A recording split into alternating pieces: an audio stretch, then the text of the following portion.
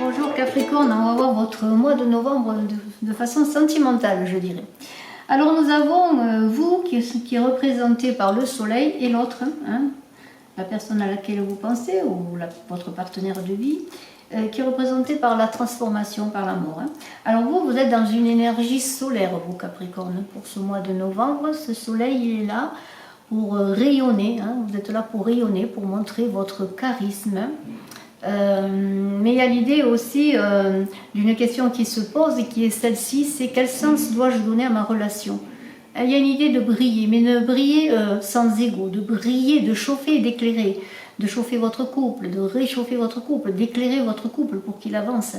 Il y a une idée de fraternité, de propager votre énergie. Voilà, vous êtes solaire, charismatique, hein, vous Capricorne. De l'autre côté, la personne en face de vous, que vous la connaissiez ou qu'elle vienne à vous, eh bien c'est une idée de transformation nécessaire peut-être à l'avancée justement de votre couple. C'est l'idée avec cette mort d'accepter de mourir à soi-même, hein, de changer, hein, pour avancer dans le couple.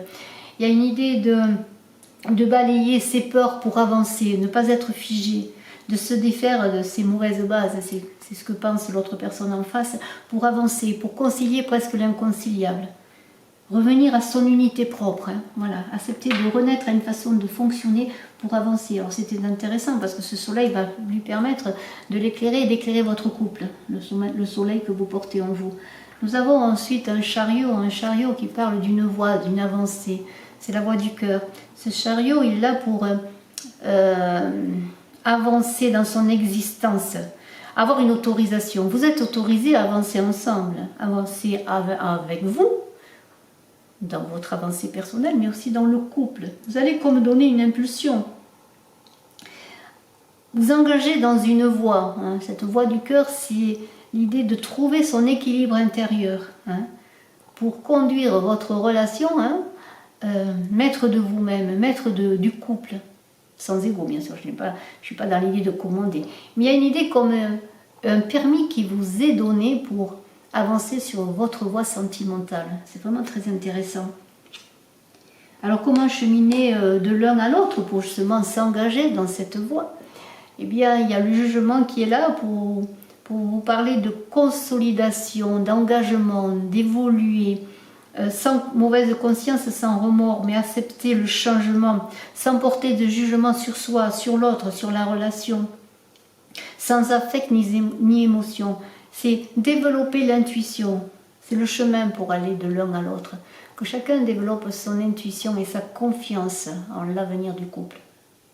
Nous avons ensuite une carte qui est la carte de l'ermite, qui est la mission. Alors pour cheminer, peut-être il y aura une idée de silence, peut-être de ressourcement, hein, chacun peut-être de son côté même, pour permettre de trouver cette lumière intérieure, peut-être parfois dans la solitude, dans un retour aux sources, une émission qui va demander du temps, une certaine lenteur pour prendre ses bases. Mais il y a beaucoup d'intuition là, d'avancement dans l'intuition, dans sa lumière intérieure.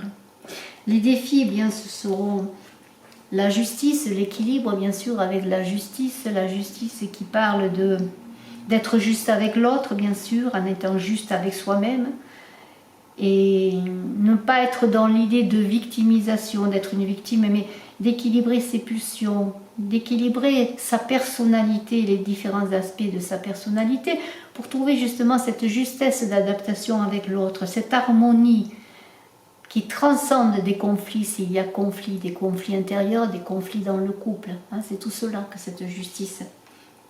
Les ressources, eh bien, elles sont encore une fois dans un jugement qui est là pour dire que c'est le moment de changer les choses, de prendre conscience qu'il y a des bouleversements, qu'il ne faut pas aller contre-courant. Il y a comme une idée que, bien, il y a une approbation dans cette relation, une approbation divine qui va vous permettre d'avancer ensemble grâce à votre intuition, l'écoute de vous-même. Le son m'enfante et la flèche me tue, disait Paul Valéry. Il y a une idée de consolidation parce que l'évolution est bien engagée de votre couple. Il vous appartient, eh bien, dans vos ressources intérieures, vous avez tout pour consolider cette relation. Et nous avons ensuite Une fois encore, cette justice qui parle de passage obligé, d'équilibre encore à trouver, de combattre pour la relation et non contre la relation, de combattre pour soi et non contre soi, de combattre pour l'autre et non contre l'autre, d'être juste, faire de l'équilibre votre cheval de bataille, je pourrais dire. Parce que je le redis encore, la transcendance des conflits se trouvera dans l'harmonie. Donc il y a une idée d'équilibre et d'harmonie, de passage obligé pour vous, pour réussir votre mois de novembre de façon sentimentale. Je vous souhaite le meilleur, je suis à votre disposition pour une consultation en privé, puis j'organise également un concours, il suffit de vous abonner, de marquer en commentaire que vous participez. A très bientôt, Capricorne, le meilleur pour votre mois de novembre. Bye bye.